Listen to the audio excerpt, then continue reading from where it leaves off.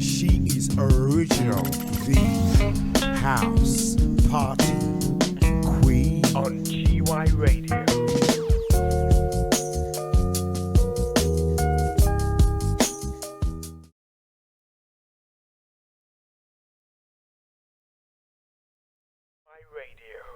HPQ.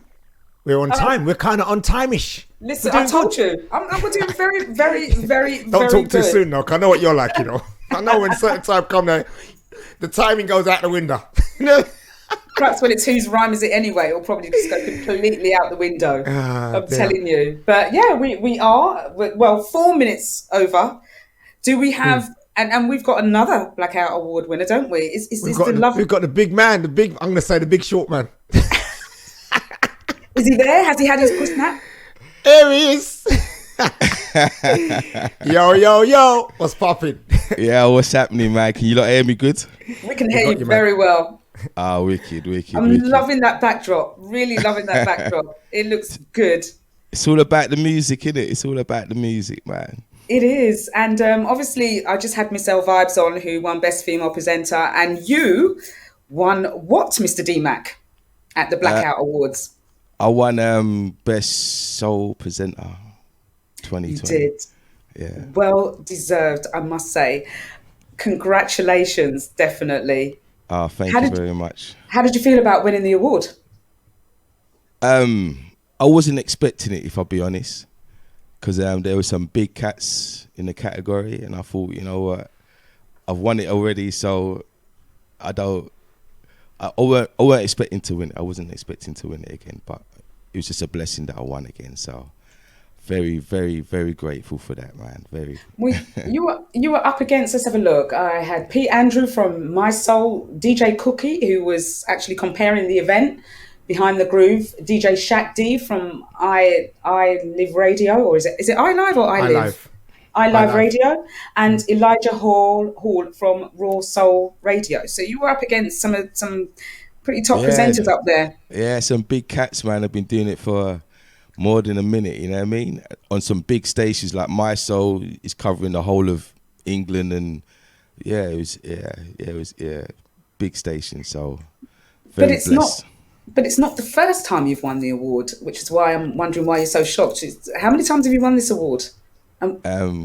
Second time now. I've won it twice. When was the first time you won the award? 2018. And was that for the best soul presenter again? Yeah, that was for the best soul presenter again, yeah. Okay, so obviously you're doing something right, D-Mac. You're doing something right to win it twice. So we're looking forward to seeing you next year winning the award again. We'll see what happens with that one there, man. But yeah, I'm very blessed. I want to thank all the listeners for voting for me and sticking around for so many years, listening to my shows. And I just feel blessed that they enjoy my shows and all that. So yeah, I'm grateful, very grateful. Okay. So as I said, you've won the award twice now. You know, and we were speaking just the other day, and I checked out your Mixcloud, and you've got 4.9k listeners. I've got 28 subscribers to my Mixcloud. I started it years ago, Before people were into Mixcloud, I was into Mixcloud. The only person I knew that started Mixcloud before me was Nigel B. And if you look at each one, he's got over 5,000. So we started the same time, and that was way before it got trendy. So I think that's why. Is it a hard graft getting to that popularity stage? You know, what kind of work do you have to put in to get to the stage that you're at now, being a top DJ? You know, because I have never heard of you before, not because of anything else other than I wasn't really on the scene. I'm part of the soca scene. So after when lockdown came in, I kind of moved into this kind of genre of music and getting to know these DJs and getting to know all of the DJs on the scene. And obviously people have spoken to me about you. I know your popularity. Also, what makes you so popular, do you think? I just done the shoey. Man. I was just promoting left, right and centre, getting on people's nerves, just making sure that my name resonated in their head. Even if it's D-Mac again, but at least it resonated in their head. And then I just made sure I did a good show so that when they came back, they know what they're getting. They're getting a good show. So that's what I done. I just done a So- show. We've got a quote from Jazzy Sterling there, which is coming from the screen saying consistently on the ball. So I don't think, I don't think it's so much you just saying that you put the graft out there. You obviously are doing something right every time. You're thinking about your music, you're thinking about your audience as well as marketing yourself. And I think that's important. Yeah, it's very important. I want to big up Jazzy. It's his birthday today. He's one of my mentors, man. He's been doing it for more than a minute. He's definitely one of the leaders in this neo soul family. So big up Jazzy. It's his birthday today, and yeah, Happy it's birthday, Jazzy. it's all Birthday, about Jazzy. yeah, it's all about just being consistent, making sure you do your show every week, making sure you keep it fresh, making sure that you're engage the audience, have a laugh with the audience, make sure the music's on point, and then everything else will fall into place. Can I just jump in there? Can I just jump in there quickly? You know what, D-Mac, it's funny you say that. I think consistency's got to be the main. You have to be doing it all the time. You can't be doing it this month and then don't do it for a month. Consistency. And one thing with D-Mac, he does a show, within a couple of hours it's on Mixcloud, or within the next morning it's on Mixcloud, so you can re-listen to it if you didn't hear it first time. And that's what you call for real. consistency. So with that alone, got to big up Mr. Mac himself. He's on the ball all the time. He said he does a shoey, but it's just you just have to market yourself and be on it. You know what I mean? I market my businesses. D-Mac markets D-Mac all the way. If I be Does honest, 3, 4 shows. if I be honest, I was doing a shoey before shoey was doing a shoey. There you go. I was in it first. I created shoey, man. I was doing it way before, man. I was Just by the way, I sorry. just want to make clear what doing a shoey is, right? What's doing a shoey? Shoey, maybe you can answer this. Doing a shoey is on it, WhatsApping, Facebooking, not so much texting, WhatsApping and Facebooking. A lot of people wasn't doing it before. Wasn't Yeah. WhatsApping people, wasn't promote yourself, Meshing, let man. You them got to know. promote your shows and promote what you're doing, man. All the time. So I say doing a shoey is because I remember before we actually became really good friends. I remember posting in a WhatsApp group, and immediately after that, Shuey would just put a post up about what he's doing. And anybody that responded in WhatsApp, Shuey would just fling a post in there. This is what he's doing. That's doing a Shuey. Consistent advertising. You Yeah, put Shuey that's in a it. group, and he is going to post about what he's doing. It doesn't matter what the group could be about. Getting dressed. And Shuey's going to post in there about what DJing he's doing, where he is, what show he's got next. So yeah, just to make that clear. But how do you stay up to date with music, D-Mac? Do you get the artist sending you music, or do you actively search? How do you keep it all relevant? Well, I got a Thursday show and a Friday show where I play the new music. So Wednesday night, 12 o'clock, I'm on the computer. So it's Thursday morning, and I'm just searching all the new releases for that day. And I'll go through loads of albums Yeah. and maybe find 3 tunes, but it's worth it. And then I do it again Thursday night, Friday Yeah. morning for the Friday show. Just go on Amazon, iTunes, Bandcamp, CD Baby.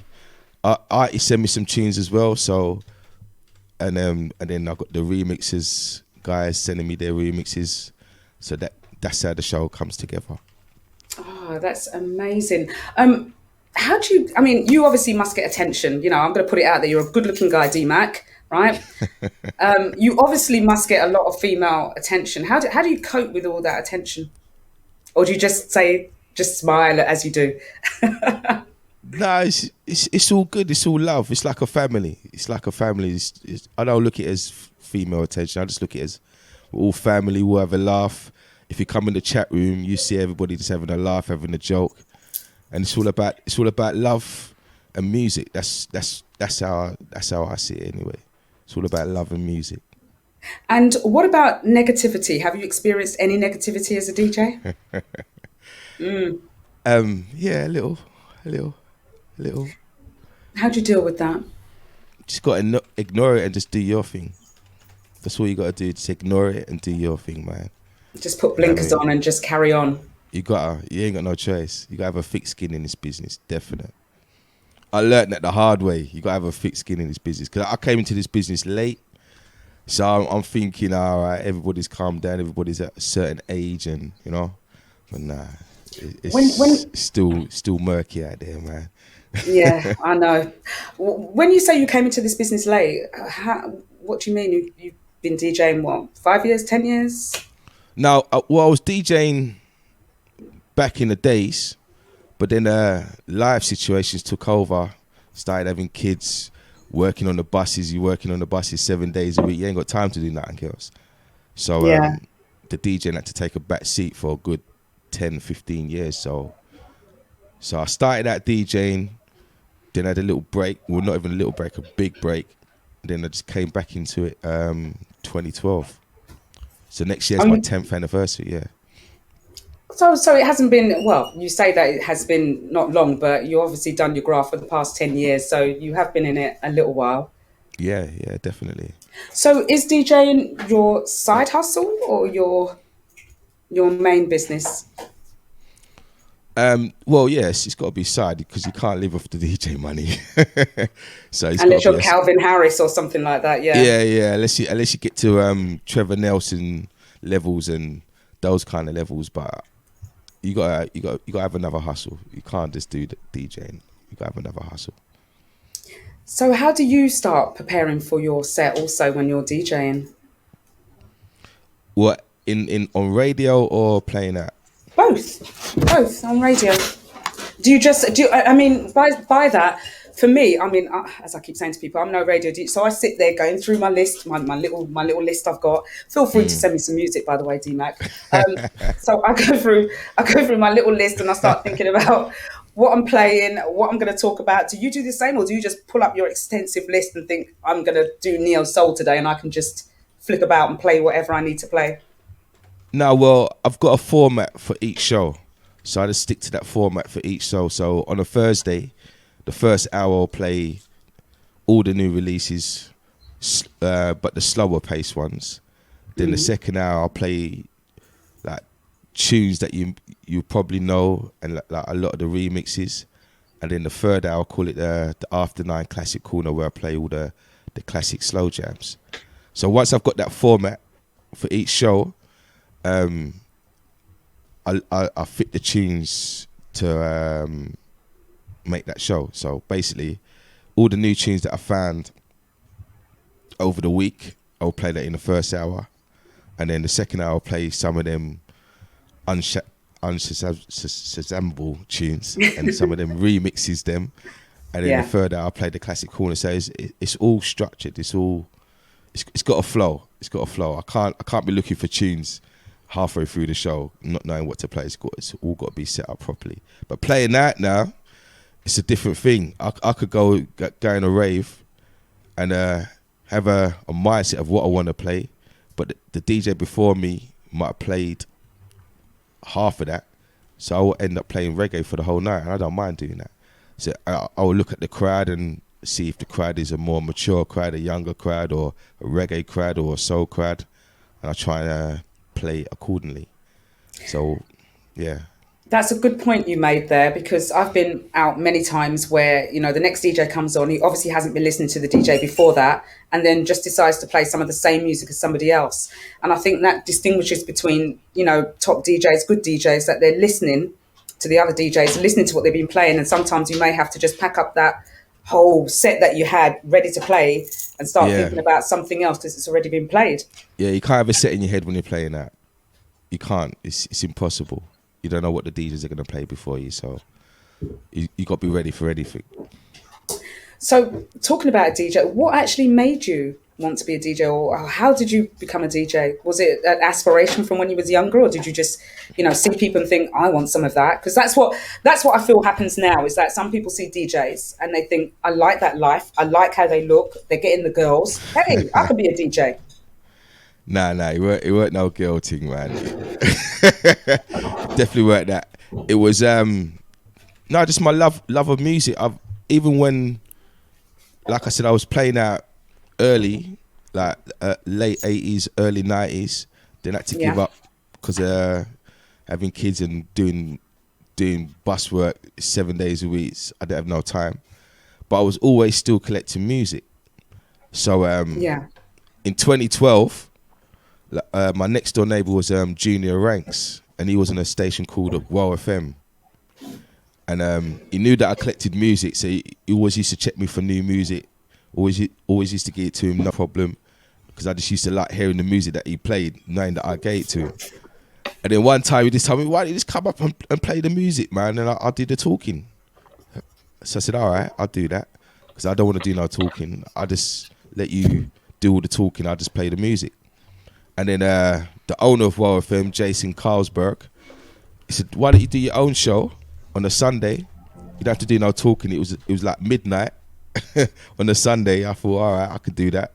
I think I might have said about 3 words per hour for about 2 years, and then then it kind of took off from there. And now we can't stop you talking now, D-Mac, when you're on the mic playing.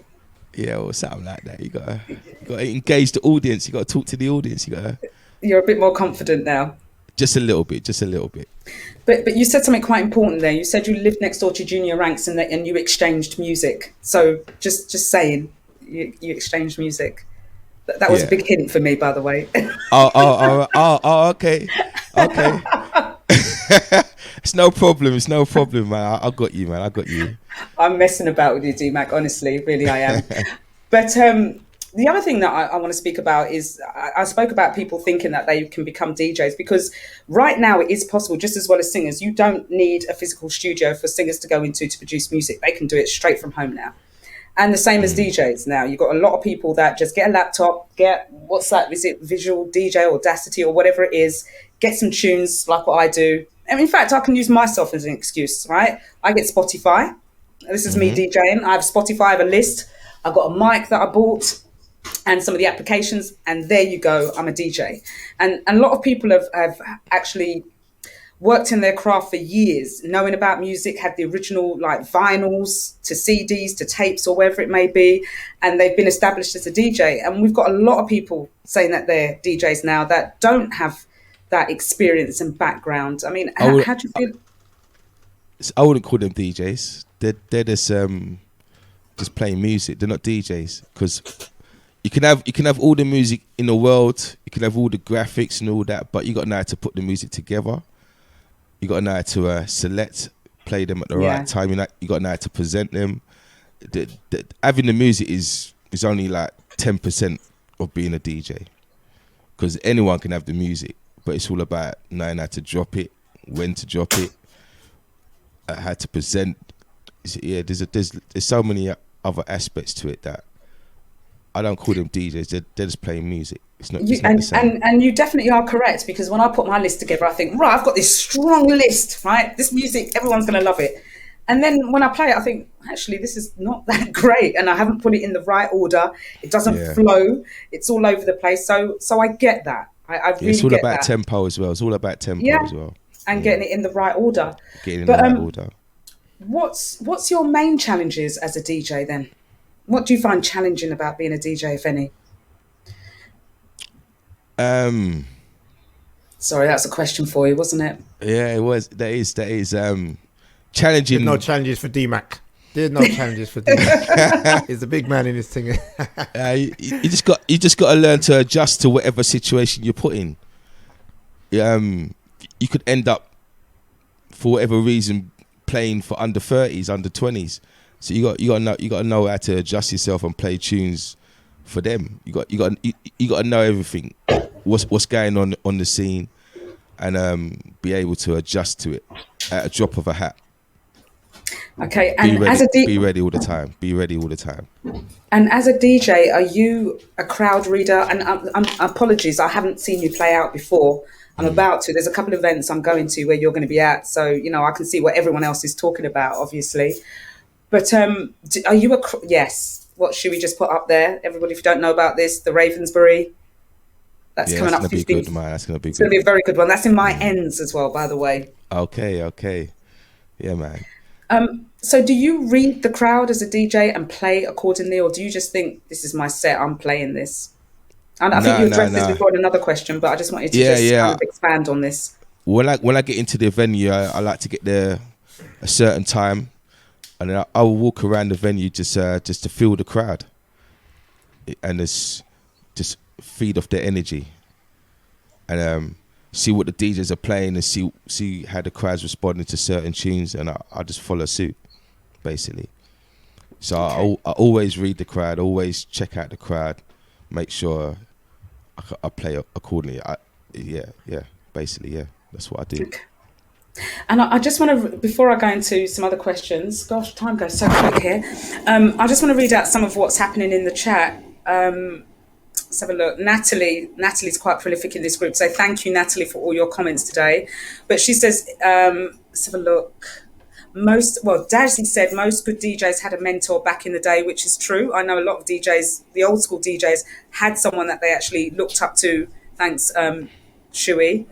Let's have a look. Lillian saying absolutely read the crowd. Natalie says all about the audience. Crowd reader, totally.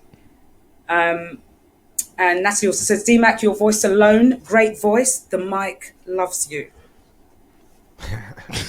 Only on radio. I need someone like Polito Don when I'm playing that though.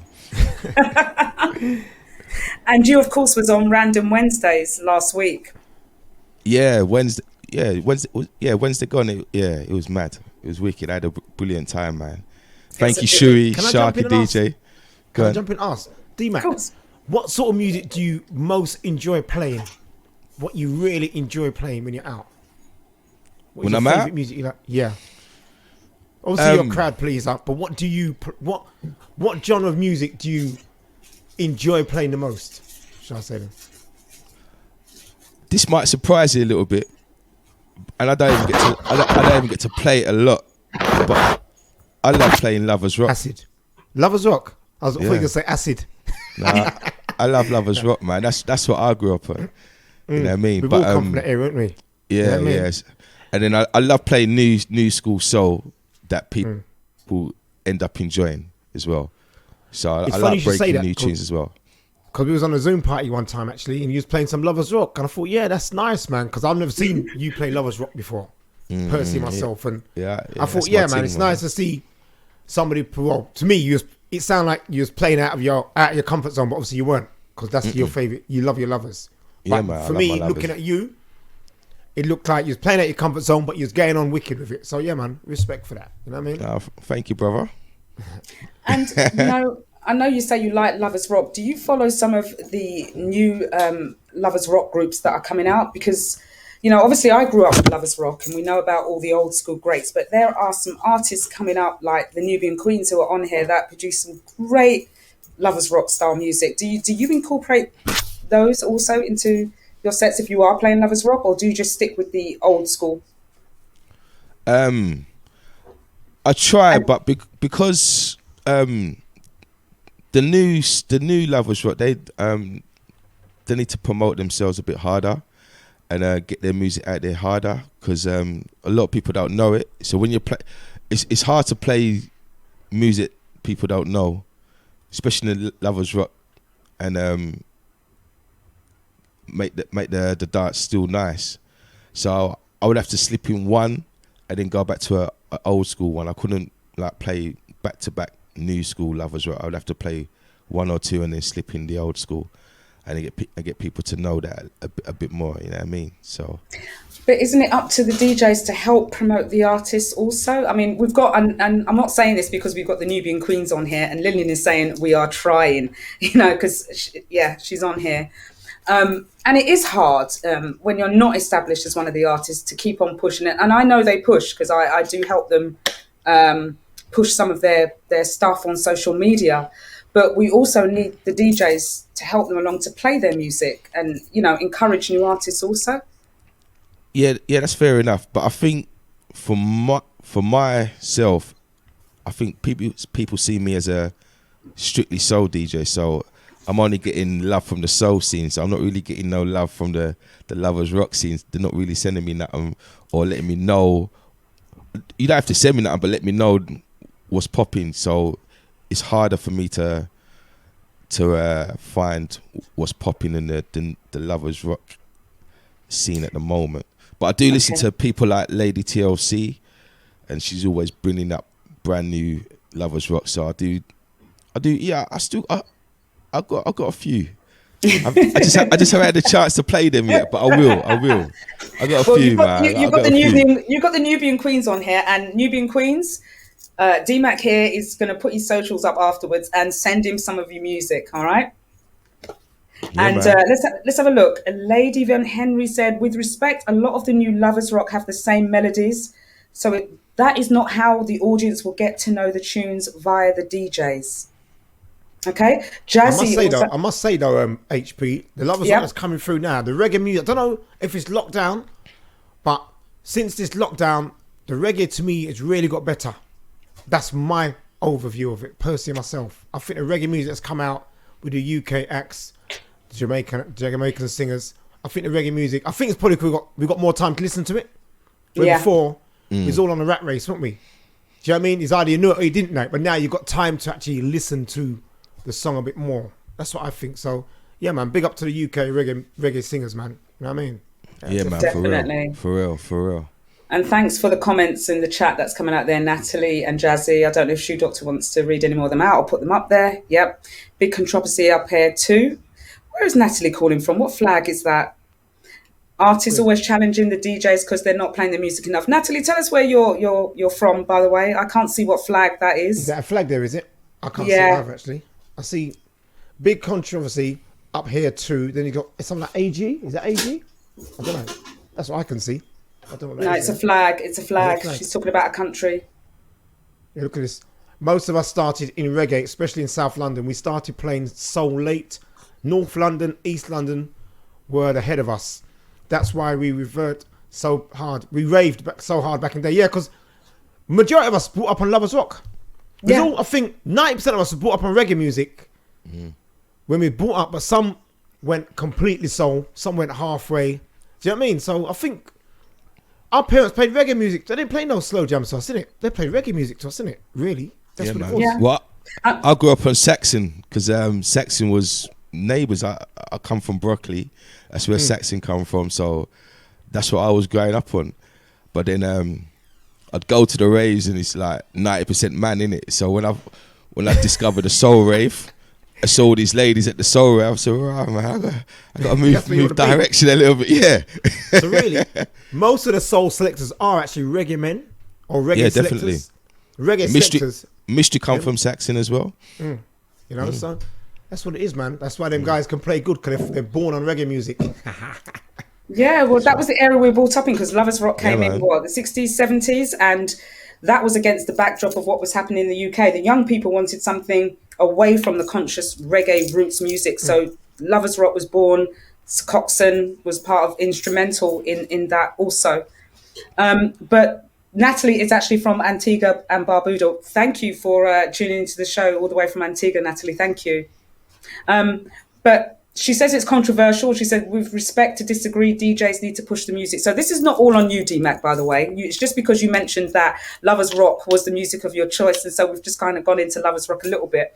But for all DJs out there, I suppose, is to help push some of the artists. And I used to have this issue with soca also. We have UK soca artists that are never pushed because the artists that come from Trinidad and all the other bigger countries took the main stage, and that's what the DJs believe, what people want to hear, and so played. And so all the smaller independent artists will never get a look in. And unless they're friends with a DJ and they help push their music out, or their marketing is so strong, or they've got the backing of a label, it's almost impossible. But thank you so much for even, pushing new artists out there, because it's not just in Lovers Rock. You say you dedicate part of your show for pushing out new artist music. So you do your part for the DJing world and for artists out there. Every time Ida Divine releases a new tune, I'm the first one playing it and busting up and let everybody know that. She's doing that now. She's up in the green room. Is she in the green room? Oh, she's in the green room. Wonderful. I'm glad she's here. We can't wait for you, Ida. I have to big her up, man, because she always comes correct with my radio jingles and just, nices me up. She done me a red zone one the other day. I said, yeah, we're good. We're good. I'm waiting for her to do one for me as well. That'd be good. Well, listen, DMAC, it's been an absolute pleasure speaking to you today and finding a little bit more about you, other than the smooth voice behind the radio that I always hear. So thank you. Got a little crafty laugh going on there, hasn't he? You know, he's got a little craft. He's one of them crafty ones. He's got, Yeah, it takes one to know one, mate. he's a good man. D-Mac's a good man. Come on, he's a hard worker. And I love to see when someone works hard on their craft. I love it, man. Yeah, You know what I mean? thank you, man. Don't give up. Thank you. Just like L Vibes, you've got 2 award winners, and both of them, they're award winners because they don't give up. That's what it is. They push themselves to the max. That's how you become an award winner. You know what I mean? Yeah, man. Yeah, for real. Exactly. For real. But thank you so much, DMAC. Sit My in the pleasure. green room. We might bring you back out at the end of Ida Divine show to bring all of the Blackout Award winners together. So before Ida leaves today, hopefully we can get all 3 of you back on just to showcase all 3 of you. Thank you so much, DMAC. No problem. My pleasure. Thank you guys for inviting me you. down, man. Nice It's been a one. pleasure. It's been a Respect. real pleasure. Thank you. Nice one, yeah. Cheers. Thanks.